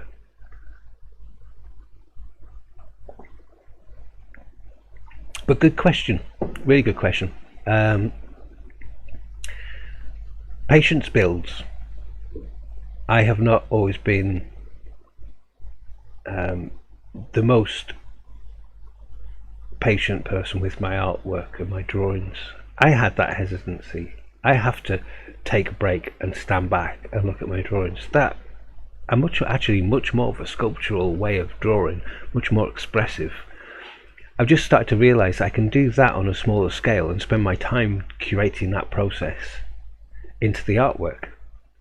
That's why I was kind of interested looking at Sargent portraits a while back, and I was looking through a book and looking at all the qualities of his drawings, and I did some copies of his drawings to just look back gesturally how he put marks down, and some of them look effortless, but they're really well positioned. So it's a difference between putting big bold marks down, but also controlling where those big bold marks are.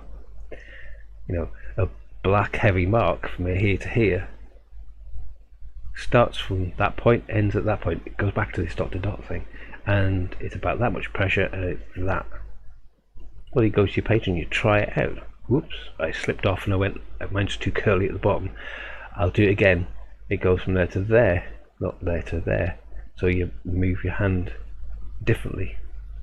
So it's about practicing and building up a repertoire of knowledge and experience in manipulating, moving pencils around, or paint brushes, or paint, to get to the image that you want. You remember enjoying 50-minute sketches put on a time on a portrait, Artists UK, after POT finished until they stopped. Yeah, the 50-minute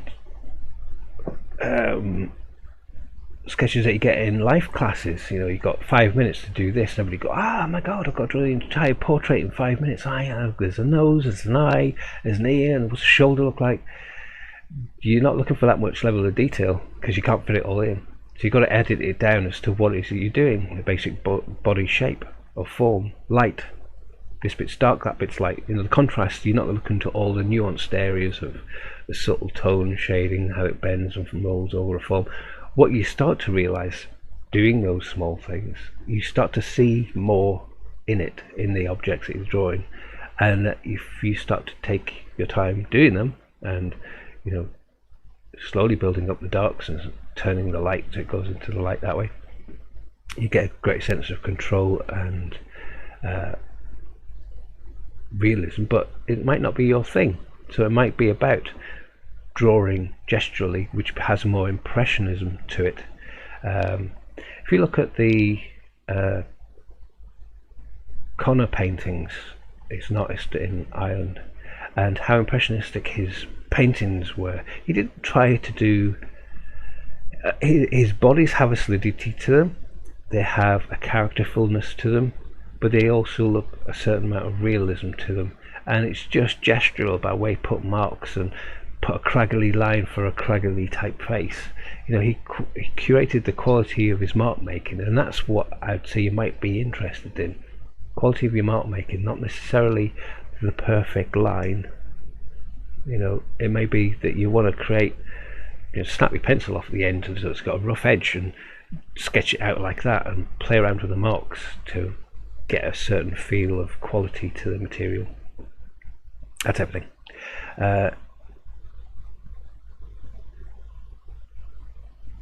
So you're saying there, you think maybe because each picture has a limited investment in time, so you can't overwork any one when wrong.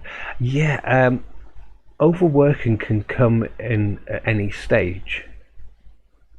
You know, if you quickly overwork the same line over and over, it's going to look naff. So what I'm saying about doing that drawing process, kind of doing it quickly, and it's about training your eye to see immediately, and what you're doing is training your eye so your pencil follows your eye, because your eye will follow the edge of something. And if you start training your hand to do the same thing, you'll get the accuracy of the angles of things, the big shapes. Then we're looking for quality of marks. Does it need to be a soft, delicate line? Then maybe you do a soft, delicate line. Does it need to be a crunchy, scribbly, chunky line? Then I might use a graphite block and turn my hand, but follow the same process, you know, a scraggly, chunky line all the way through the drawing. So using different materials can give you different qualities of line quality, but also different effects. You build up your tool of experimentation, and therefore you can dip into it. So when you're looking at an image, you can go, if I was going to draw this more expressively than the more rendered feel that I've got to it at the moment, I would have much more expressive lines for this bit, which is harsh, and be a lot softer around a face. I'll be a lot fluffier in the background, so I might roll the edge over that in a large plane, but to do it more in a controlled sense. Here I might, change the direction of the block to fill in the form in a more angular sense, and then have the hair flow across it, and put in a base of graphite, and then dance the rubber down to catch the highlights of hair. So I've got different qualities of application done relatively quickly that gives me a certain quality of the object that I'm drawing, if that makes sense. But that just takes experience to build up, and playfulness. And if you're enjoying the playfulness of doing those quick sketches and drawing and making marks and things, you start to enjoy the process. And then the idea of patience, you're spending an hour, 2 hours, 3 hours, 4 hours doing what you love doing, it's great. You're not worried about the time, and therefore your patience, the issue with patience disappears, because you're just drawing, you're just enjoying the process. Overworking something is where you're not being clear about what it is you are looking at and wanting to achieve. And a bit like I was saying before, where I've seen people draw something and not look at it, and look at a reference and look back at it. It's the same thing with overworking, where they're kind of looking at this going, oh well, I'll spend ages just colouring this bit in and this bit in and this bit in, and before you know it, they're not looking at the bit that they're drawing in context with everything else, and it starts to get bigger, and it starts to destroy the picture, because the line disappears, because you're just focused on so much detail that you're not looking at it in context with the rest of the picture. It's always about balance, about give and take. You can play with it. There is no hard and fast set rule about what you should draw. You've got to kind of curate that yourself as you develop your practices. What works best for you? How can you best try certain things out? What sort of qualities of mark making have you got? Do you need to play with them? Do you need to kind of see an object, break it down and go, okay, what is this quality of this background, this motley effect? How do I get that? I need to put more graphite down because this is way too light as a whole, so that's what I'm going to do now. I'm actually going to go to my heavier B pencil. This is a much solid area, much more solid, much darker, so I'm going to do that. This is much darker. Gets a little bit lighter up here, but it's still dark in comparison. So as I come up to the top and include this area, because this is definitely darker, let's scribble these little areas back in again, maybe with a tip a little bit more.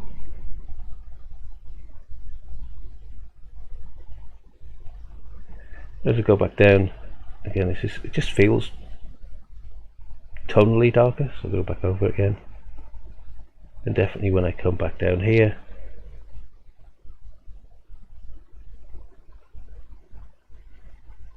it's much darker, so I'm going to add a little bit more pressure as I come down this area.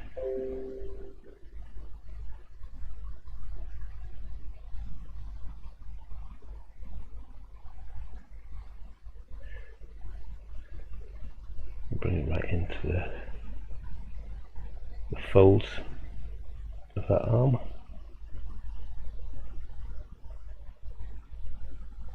So you see tonally this is darker down here now already, and as I come up it's going to get slightly lighter application. So this is about control. It's quick, it's immediate, but it's still about control, about what works, what doesn't work. This area is darker.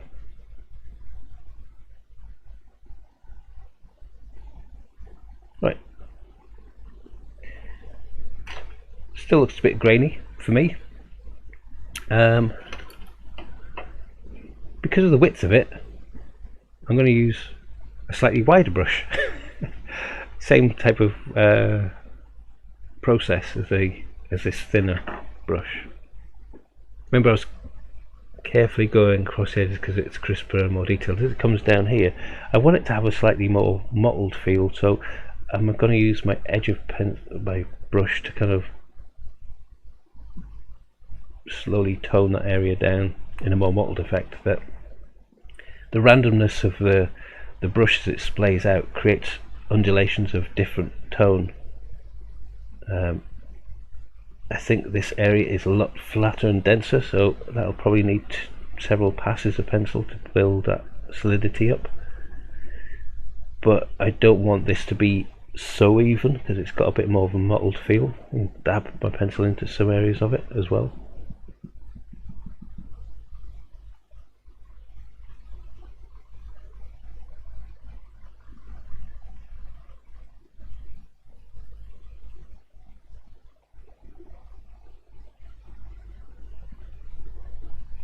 I think this is a lot darker than I've got it, so I'm going to go over that. Being a little bit more gentle with this area because it is softer. So I'm not introducing the randomness of the mottles, fluffy, bobbly texture of that greyness. And you can hear how I'm describing it, fluffy, bobbly texture. Now you can describe it as any way you want to, but it gives you an indication about what effects you might use in your drawing.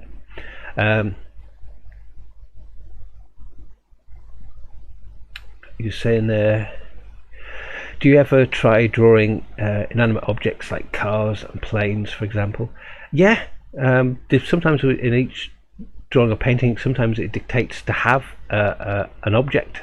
Now, I do an awful lot of portraiture, but some of the portraiture that I'm starting to build upon have more like the suit of armour that I'm painting. They're like hard shapes. They're not. They're based on a body, but they have a solidity to them that aren't soft undulations of material and things like that, but it reflects light in a certain way, which gives the illusion of metal. So you're seeing a lot of metallic reflected light. So this, the suit of armour that I'm painting on, the painting that I'll be painting on next week, has that element in it. There's other portraits that I've done that have had objects around, and to me it's the same process. It doesn't matter what necessarily the object is. I'm always looking at the qualities of the object and how I can render those in my paints or my pencils.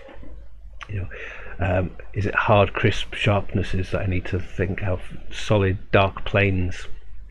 You think a lot of metal objects reflect light very sharply. But if those metal objects are in the background and are out of focus, they're softer. So they can't have that crispness to them, otherwise they look like they're in focus. So you've got to think about curation of depth and things like that, if that helps. Objects like cars and planes have form, which are just shapes. Think about a circle of a wheel. And if you look at a car from an angle, those are not going to be circles, they're going to be ellipses. So how big are the ellipses? How thin are they? How wide are they? Depending on the angle of the car. And at the back of the car might be closest to you, so the wheel at the back is going to be bigger, and as the car goes away, the wheel at the front is going to be slightly smaller, so you can deal with perspective. So all these things add into it.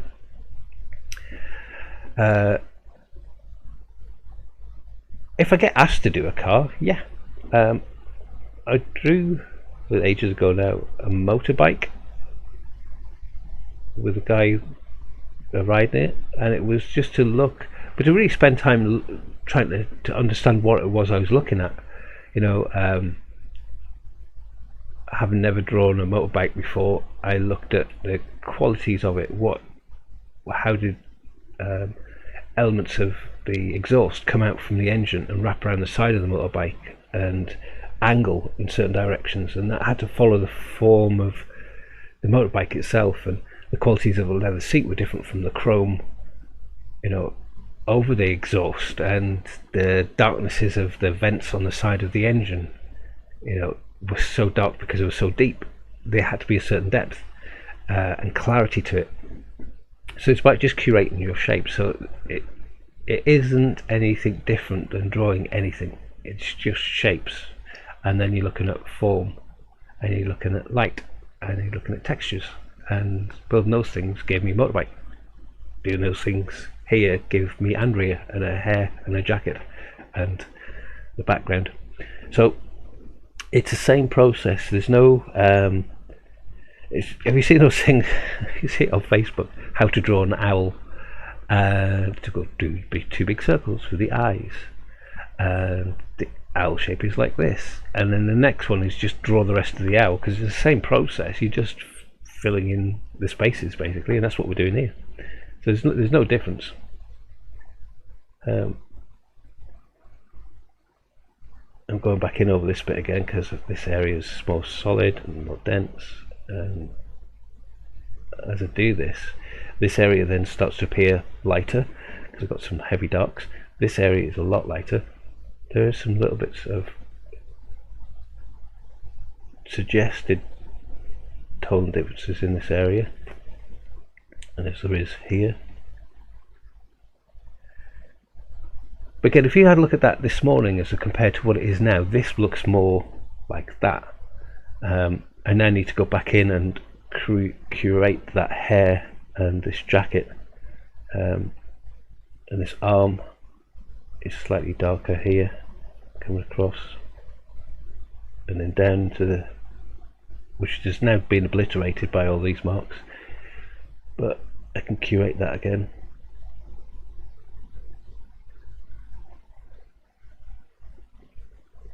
So I need to build up the solidity of this, so put more graphite down.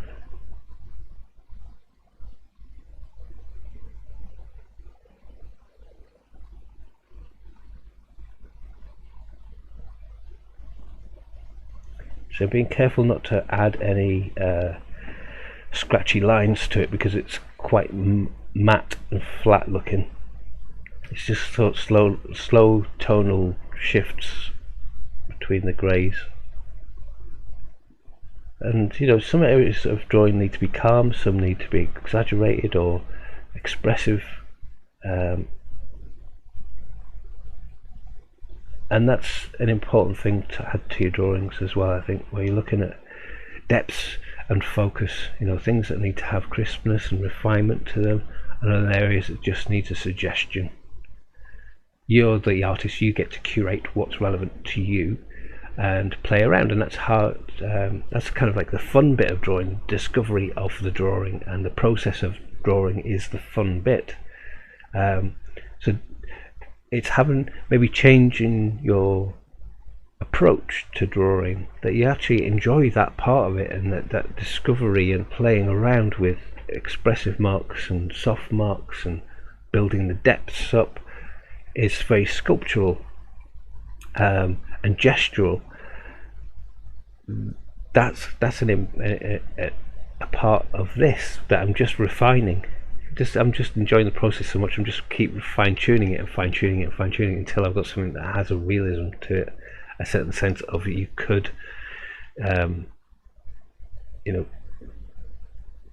touch Andrea's hair. Well, not that you should touch Andrea's hair because she'll probably give you a clout, but if you could touch Andrea's hair and you could feel the quality of it, that's what the essence of I'm trying to get to in the drawing. I don't achieve it all the time, but that's kind of like the fun part of the process of it. And then because I'm having fun with it, again we get to the idea of patience, that dissipates and you're just enjoying drawing, and that's the aim of it. Angela, you say you find it really hard not to put detail in too soon. Yeah, I'm the same, kind of holding myself back like a horse, holding the reins back, and I'm now teaching myself to enjoy the process of drawing, that detail will get there. I won't have to try and put detail in. Detail will start to appear because I'm enjoying the process, and it'll naturally happen. It's very worthwhile spending plenty of time getting the extremities and overall proportions correct. Yeah, it really helps with likeness. It really does. You know, the space of a head, getting the size of the head right before you start sticking in the details of the eyes and things, because you've got no idea how big to draw the eyes if you've got no idea how big the head is. You see what I mean?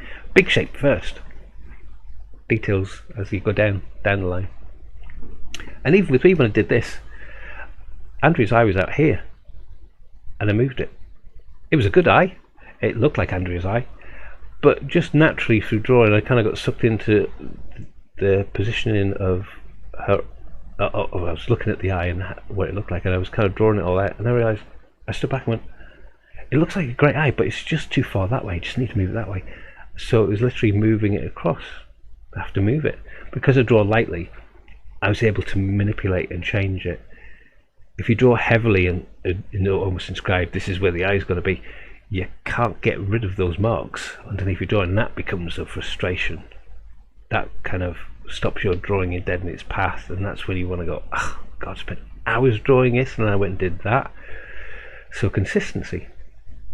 So yeah, good point, Angela. It's hard not to get sucked in to doing the minutiae of things in context with everything else. So this is one of the reasons why I did this demo, is you could see how I'm building up everything as a whole together and allowing the details to slowly emerge. Not that I'm drawing details of hair, but they're slowly starting to emerge out of the shapes I drew of her jacket, of the shapes, negative spaces in between hair strands, folds of material. Building the layers and tones up of the material underneath the hair is naturally finding out that this dark line isn't dark hair, it's the jacket underneath coming through. So if you build up the tone of your jacket and how that hair sits over it, you can see where the context of the shape of the hair is, but how shadows then go dark right up to the edge of that and slowly come out. Gives you believability that this is solid and this is over the top of it. So the details start to evolve rather than doing details. Yeah, it's a good question. Alex, you're asking over on YouTube, that you're asking Angela, do you find that you keep rubbing stuff out repeatedly before it takes shape? I would have certainly done that before. You know, put a mark down, that's not in the right place, rubbing it out, putting a mark down, still not in the right place. Like, where does this need to go? If I'm putting it here, it actually needs to go to the right of it. Okay, put a mark down to the right of it, rub that mark out. Oh, it's still not over far enough, put another mark down. Eventually, you start to get it in the right place. You also start to train your eye, because you're really seeing where marks are and the practice of putting a mark down. So one of the things with say Sargent, he would be stood back and he would really curate his mark making process. So he would go, okay, that is where her hair is, and it's that far away from the page, so it's going to go there. So I'll stand back and I'll just double check. Oh no, it needs to go there. That's where it needs to go. So if the head comes down this way and the hair is that way, that's where it starts and that's where it stops, and the mark is there.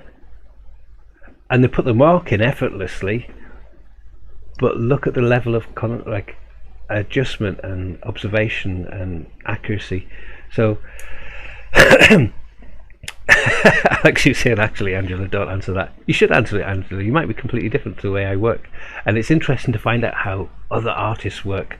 Definitely go and check out Instagram, or definitely go and check out the Sky Portrait Artist of the Year.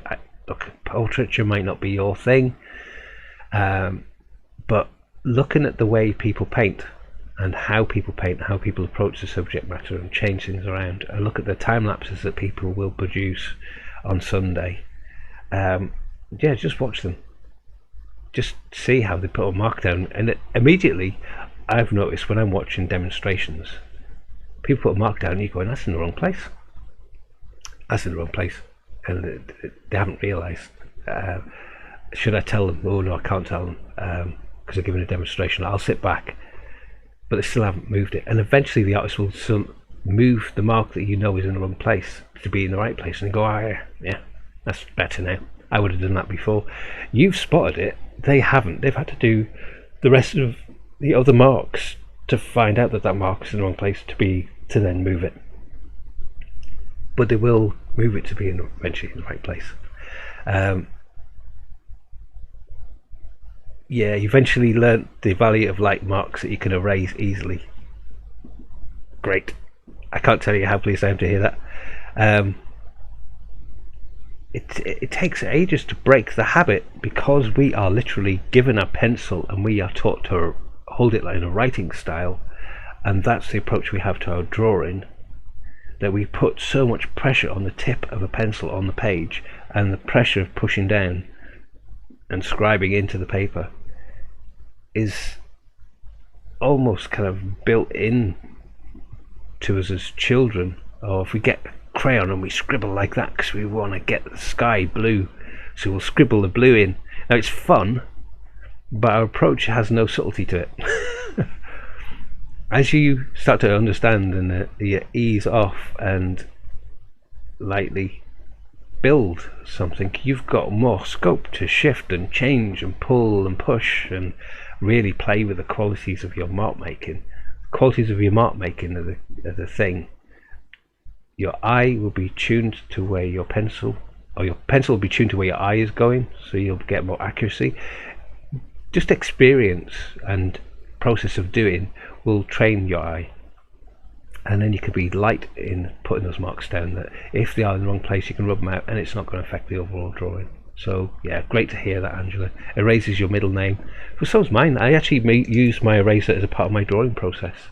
You know, it becomes a drawing tool in my arsenal that I allow my drawing to develop and change and move. I don't see it as being an error. I see it as being a sense of discovery about where things are and where they shouldn't be.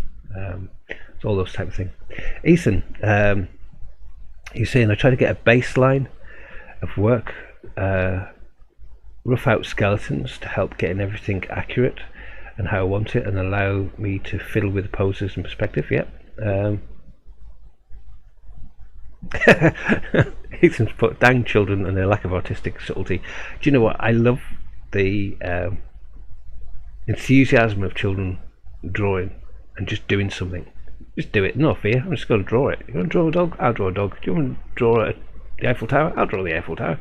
There's no, oh my god, that's kind of, the anxiety is kind of thrown in later that we've built into our work. We have to kind of like quieten that down just to approach it with that sense of enthusiasm, but then also building the sense of control, that if we want to be expressive and create marks and gestures and stuff like, we're doing it with a sense of purpose, a sense of idea about what it is we want to try and achieve. If we want to do it with a subtle rendering of delicacy and nuance, and that we're doing it with a sense of purpose and a sense of understanding that those are the same things, but you're doing it for a certain reason. Where kind of people are drawing it and go, oh, it just happened and I don't know why it's like that, it's because you're not looking at it. Simply put, it's because you're not reviewing and looking at what you're doing in relationship to your reference. I can't tell you the number of times that I've seen in classes and art colleges and professional artists not look at their reference, and I'm guilty of it. I did exactly the same thing. Not look at their reference in context with their drawing or painting, and to see what do they need to move. They get the kind of like be totally focused on looking at the object but not apply that to their drawing. That's what happened to me. Or you get totally focused on looking at your drawing but you're not looking at the object, and you use your references, whether it's work from a photograph or you're working from life. That observation is really key, because out of understanding what it is you're trying to achieve, you can manipulate it, you can change it, you can change the flavour of it. If I painted Andrea and I wanted to give it a bit more expressive qualities to it, to say something else artistically other than just the portrait of Andrea. So say for example I wanted to show how independent and how strong-minded and intelligent, and I would maybe play with marks in a slightly different way to give that. This is a much more softer, calmer, warmer portrait because of, for me, where the portrait was taken on the day and what memory that holds for me, so it has a certain feeling to it. So this is why I'm doing it in this way. The concept of your art feeds into your execution, how you actually put your materials down, and those things can play with each other. Art is such a broad subject matter. This isn't you must do this. This is a suggestion. Try it. If it doesn't work for you, try something else. Different approaches give you different artworks, so your approach to your artwork might be slightly different.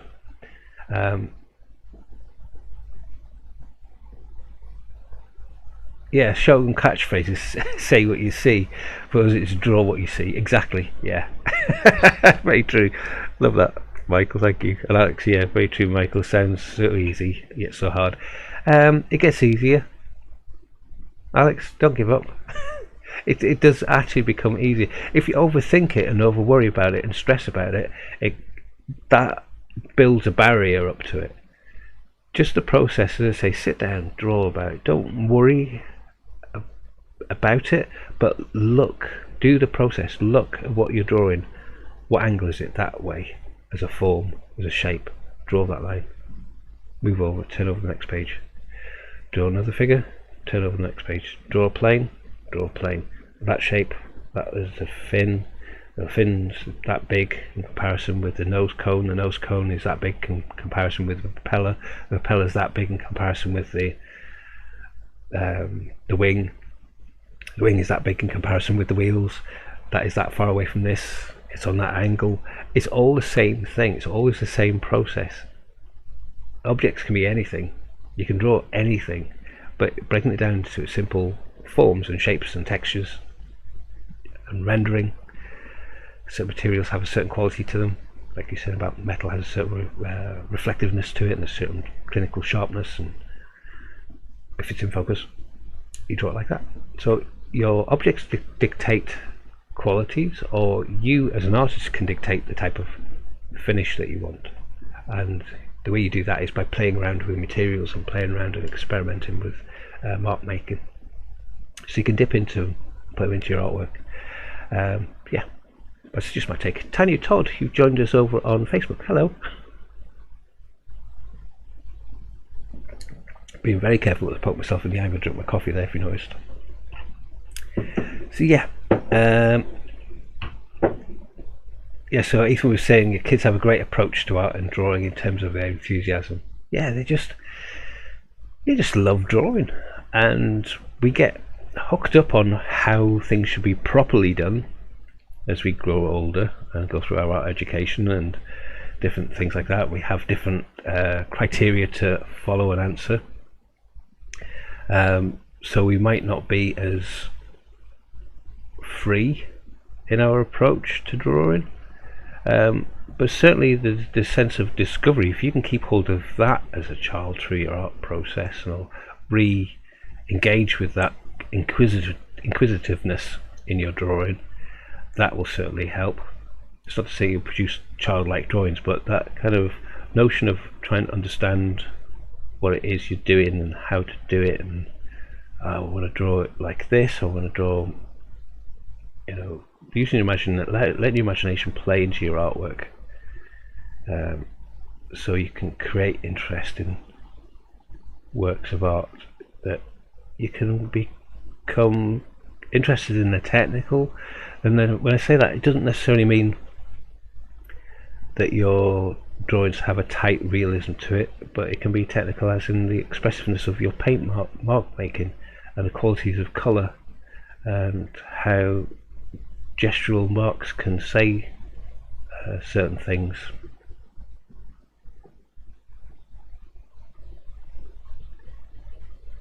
That you can change all of the colours of your subject matter from observation, but play around with them tonally, that you create an entire different feeling or mood. So say for example a figure sat on a chair under a spotlight, you can make it that it looks incredibly happy, or you can change the paint and the mark making quality and make it look incredibly somber. It's still a person sat on a chair under a spotlight.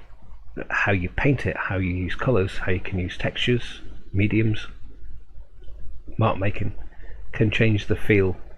It can be the same object painted in a different way, gives you a different feel. That's your curation as an artist. You can play around with it. But yeah, definitely I like that catchphrase. So I might you nick it. Draw what you see. It's that draw what you see, not what you think you see, is often a phrase used in school and in different art classes around. I'm sure I've used it as well. It is an old adage, but it helps people curate their drawing and experience of drawing, understanding what it is they want to try and achieve in their drawing. And often a first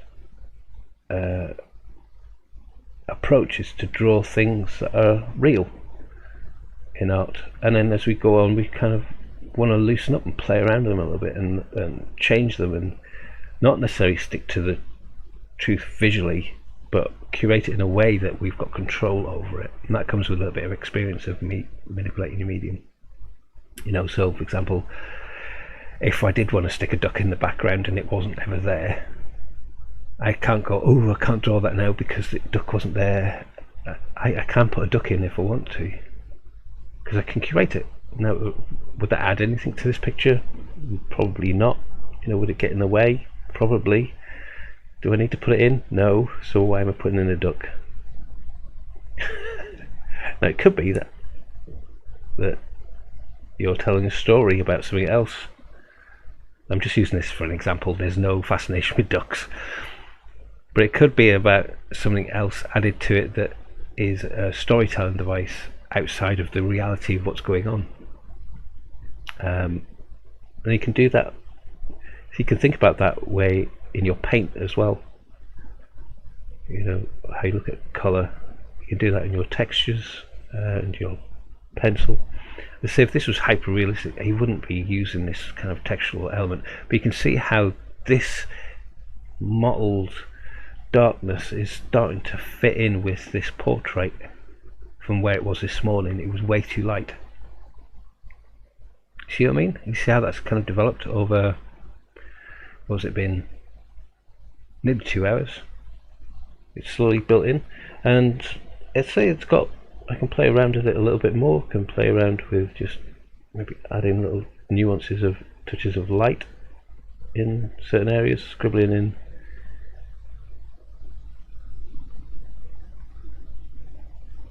with a rubber, just slightly, just picking out some highlight bits, add some extra tone in there. There's a bit of a light area which comes through this bit. I'm just lifting off a little bit with a rubber. It's really subtle. Maybe this is a bit harsher here.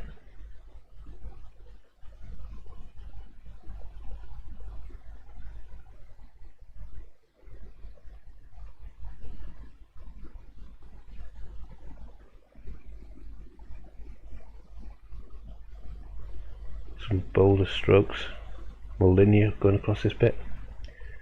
Go back to the scribbly bit of this.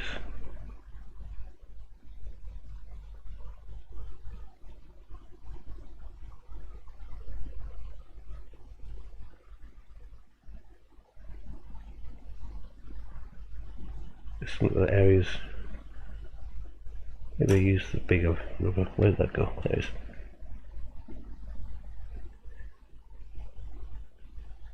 So I'll lift off some areas up here. Just give me a little bit of subtle differences between the lights and dark areas of greys. This feels more solid still, so I might use a little bit more graphite on there. Got a 4B.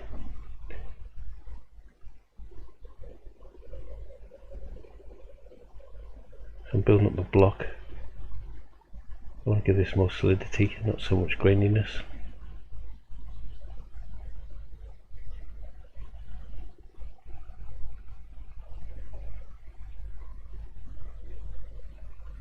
Might use a slightly harder brush, a stipple brush.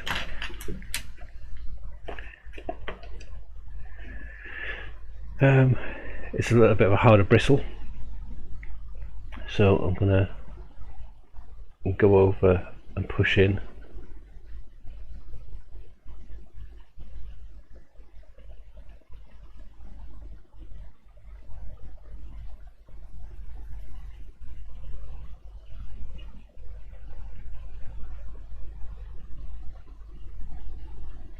give a slightly flatter feel to the pencil.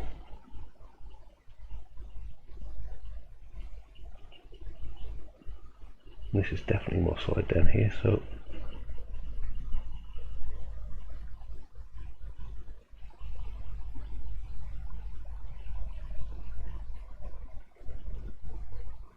right. Let's give that an overall brush and blending that all together. So it's given me a quality of that background that I quite like. I'm actually going to take that brush and brush right the way through that drawing a little bit.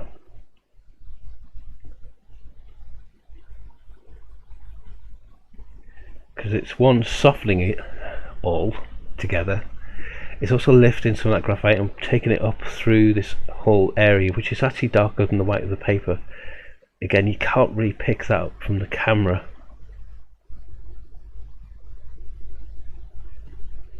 But it just means that that background softens and drops to the background a little bit. And then I'm going to look at some of the highlights I've got coming down from this hair, reintroducing them back in with the eraser. And where I had this jacket earlier, I'm just going to reintroduce the lines again. I can kind of see gesturally where I had them originally, so I can go back in over them.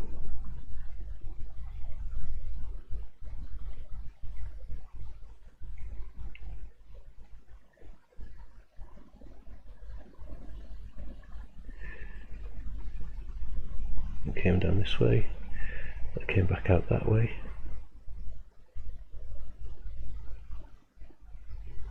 And it came down.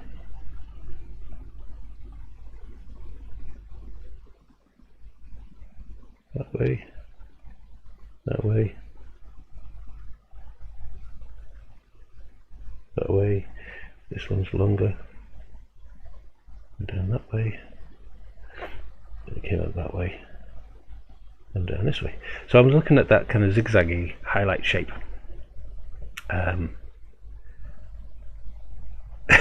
You were saying over on Twitch, that's what all duck enthusiasts saying. Yeah, well, I was going on my rant about ducks.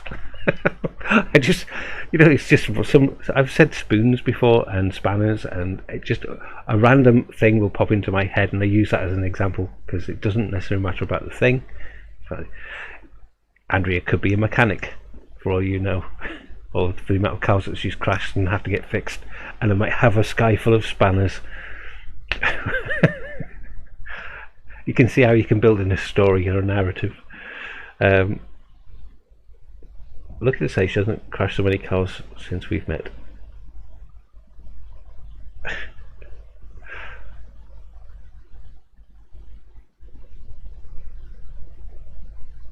She's actually a good driver, so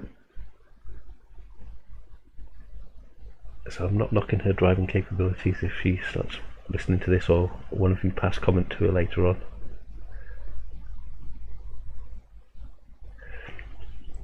So yeah, I'm just looking at this qualities of this jacket, how they move in and out. And there's little wispy bits of hair which start to come out down here. And I've built those in with this rubber. I am literally now drawing some finer detail over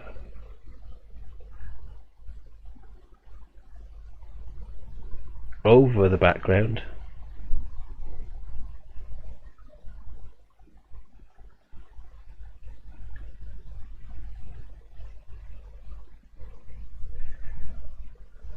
You could get a sense of where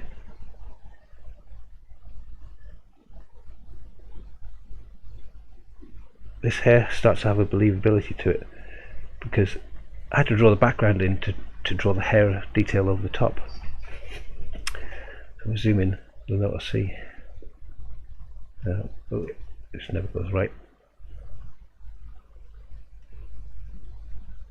So you can see, hopefully, just wait for the cameras to catch up.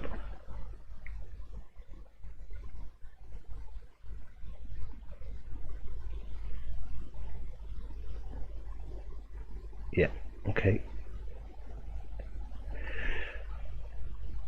So there's loads of wispy bits of hair, really subtle, and I'm not just randomly putting these marks in, but I'm following the flow and light delicate marks of the hair from my reference.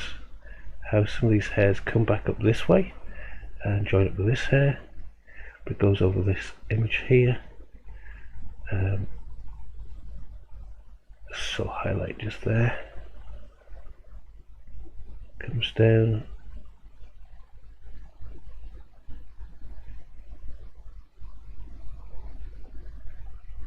it joins in. It's really, really subtle detail that I'm now applying to a very gestural background. What that does as you scan out, you might not be able to read all of that information from a distance, but it gives a subconscious believability to your object. Actually, try to get that back into the right shape. Just trying to get you back into the middle of me and my reference picture of Andrea. Wait for the cameras to catch up.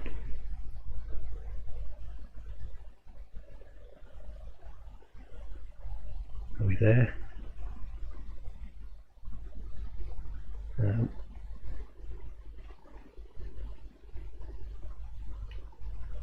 Try and get the camera to move around a little bit. Move that way. Is that better?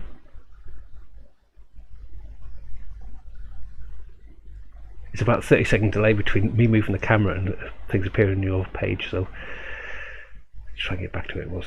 But you get the sense now of, that might have seemed quite a random thing to do this morning, but I wanted to put some of the qualities of this hair in to make them feel like they were in front of that background, to make it feel like she's in that space. And that's the reason why I went through that process this morning. And now looking at the quality of this jacket, I think what I'm going to do is clean it up a little bit, because where I have put some heavier pencil marks across, it's become a little bit grainy, and the jacket isn't grainy in there, it's quite flat.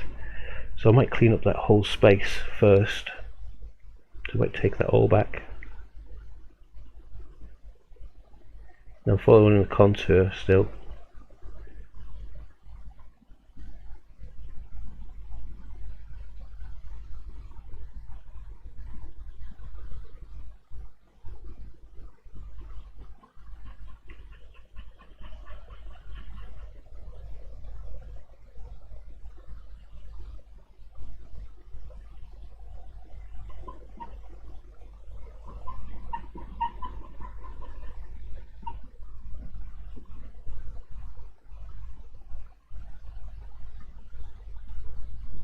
So I've taken that arm back a bit. It's just that there was some grainy bits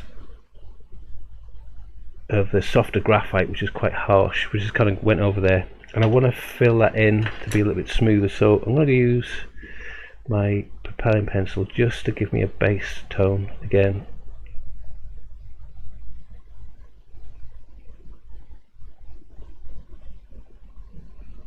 To go back in over this area.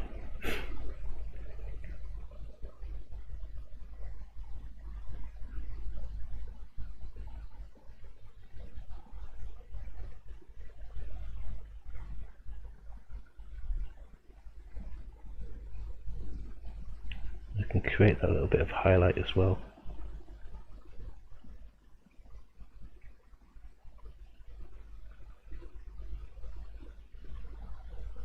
To that edge.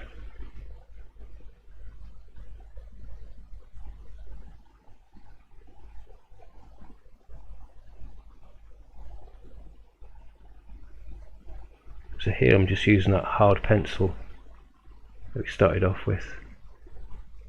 Just layering over, it's actually picking up some of the graphite that was already still left on the page and just moving that around. But I'm not pressing hard, but I am building up a nice softer tone.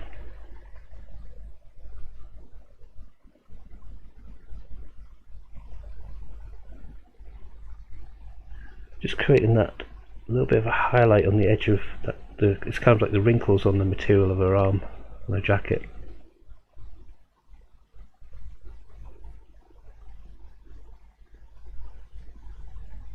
So sometimes by taking things off and laying them back on, you can build up the qualities that you want and need.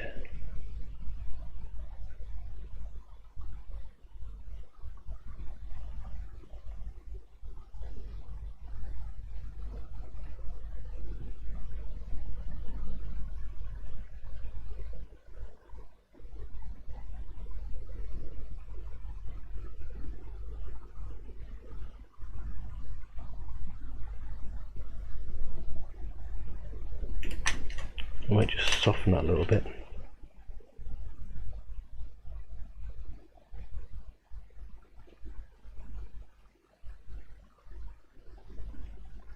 So there is a contrast between that dark and the ripples on her jacket just on the bottom, but it's not harsh,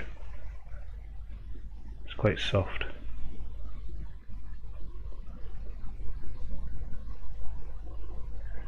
So yeah, that's where we're at. I'm going to move through the rest of the drawing and do that all the way through the details, bringing in these lighter areas and darker areas.